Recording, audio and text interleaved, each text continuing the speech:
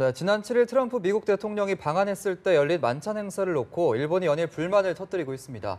메뉴에 등장한 독도새우의 이름에 발끈하고 또 만찬에 위안부 피해자 할머니가 참석한 데 대해서도 문제를 제기하고 나선 건데요. 네, 이 소식과 관련해서 보도국 정치부의 임혜준 기자와 함께 이야기 나눠보도록 하겠습니다. 어서 오십시오. 어서 오십시오.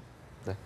자, 일단 독도새우부터 얘기를 시작을 해보죠. 일단 청와대 만찬 메뉴 선정을 두고 일본 정부가 문제를 제기하고 있는 상황이죠.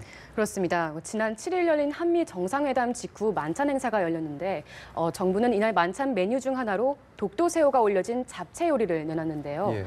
이에 대해 일본 정부 대변인인 스가 요시히데 관방장관은 정례 브리핑에서 한미 정상회 만찬장에 등장한 메뉴에 대해 어떻게 생각하느냐는 기자의 질문에 다른 나라의 접대 내용에 대해서 정부 차원의 코멘트는 하지 않겠지만 한국 정부가 왜 그랬는지 모르겠다고 말했습니다. 예. 스가 관방장관에 이어 에이펙 장관회의 참석차 베트남을 방문 중인 고노다로 일본 외무상도 현지에서 기자회견을 통해서 한미일 연대가 중요시되는 이 시점에 이런 일이 있어 유감이라며 우리 정부의 항의의 메시지를 전달하기도 했습니다. 일본 입장에선 영유권 분쟁이 있는 곳에 한국에서 부르는 지명을 쓴 것이 귀에 거슬린다는 거겠죠. 네. 일본 언론들도 앞다퉈 이 소식을 비판적인 논조로 집중적으로 다뤘는데요.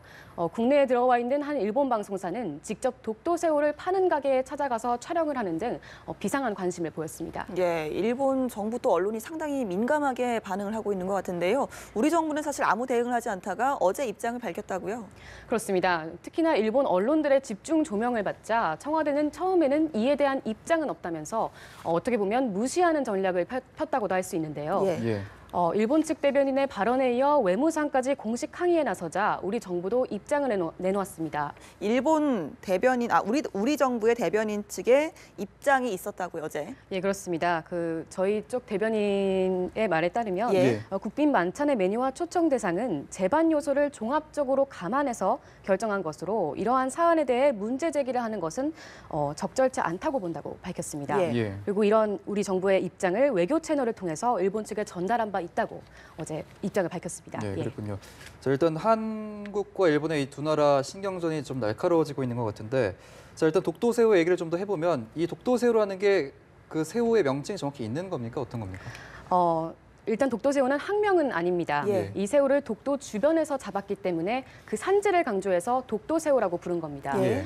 울릉도와 독도 등 동해안에서 잡히는 새우의 종류는 여러 가지가 있는데 우리 어민들은 닭새우, 도화새우, 그리고 꽃새우 등 세 종류의 새우를 잡아서 시장에 내다 팔 때 독도새우라는 이름을 붙여서 팔아왔다고 합니다. 예. 이번에 만찬장에 오른 독도새우는 이 세 가지 새우 중 가장 큰 데다 어획량이 적어서 값이 가장 비싼 도화새우입니다. 예. 없던 이름을 이번에 만들어낸 것도 아니고요. 다만 산지를 강조한 독도새우라는 이름으로 만찬 메뉴에 오른 것이죠. 예, 그러니까 이 독도새우를 메뉴로 낸 것이 문제가 아니라 독도새우라고 부른 것을 두고 문제를 삼는 거죠. 그렇습니다. 청와대가 정상회담 홍보 자료에서 이 요리를 설명하면서 독도새우라는 단어를 쓴 것을 놓고 문제 제기를 한 거죠. 예, 그렇군요. 일본으로서는 일단은 예상하지 못했던 부분이라 그런 것 같은데 이 만찬의 기획자가 누구냐 이런 보도까지 나왔다고요? 네, 이 독도새우의 아이디어는 청와대 탁현민 행정관이 제시한 것으로 전해지고 있는데요. 일본 후지 텔레비전은 그저께 방송에서 문재인 대통령의 오른팔로 소개하면서 이번 만찬의 총괄 코디네이터로 집중 조명하기도 했습니다. 이런 내용까지 보도하는 것을 보면 그만큼 일본 정부뿐 아니라 대중들도 이 문제에 관심이 많다는 것을 짐작할 수 있습니다. 반면 한국의 일반적인 정서는 우리나라에서 열린 만찬에 나온 음식 재료를 우리 이름으로 부른 게 무슨 문제냐 하는 건데요. 예. 특히 어제 CBS가 만찬 행사에 참석했던 위안부 피해자 할머니의 인터뷰를 했는데 거기서 할머니가 독도새우가 고소한 맛이었다, 달큰했다라고 말한 게 한동안 인터넷에서 화제가 되기도 했습니다. 예, 위안부 피해자 할머니가 참석을 한 데 대해서도 일본 정부가 계속 항의를 하고 있다고요. 네, 그렇습니다. 초대된 할머니는 이용수 할머니입니다. 예. 영화 I Can Speak의 실제 주인공이기도 한 분인데요. 예. 영상을 보시면 이용수 할머니가 문재인 대통령과 악수를 하고 포옹을 하는데요. 이어서 트럼프 대통령과 또 인사를 하고 또 포옹을 합니다. 예. 이 장면이 국내에선 많은 화제가 됐었죠. 그런데 이게 일본에서도 우리와는 사뭇 다른 의미로 화제가 됐습니다. 예. 아무래도 전 세계인이 주목하고 있는 행사에 위안부 피해자 할머니를 초대한 것 자체가 오히려 일본을 겨냥한 한국 정부의 조치가 아니었나 하는 일본 내 지적이 있었던 거죠. 예. 요미우리 신문은 일본 정부 내에서 외교적 센스를 의심할 법한 찬물을 뿌리는 행동이라는 말이 나왔다고 전하기도 했습니다. 네. 그러니까 이 한미 정상회담 만찬장에 우리 땅에서 난 식재료를 가지고 요리한 메뉴가 올라오고 우리가 초청한 우리 국민이 초청이 됐는데 그거에 대해서 문제를 제기하는 상황인데 글쎄요. 어떻게 보세요?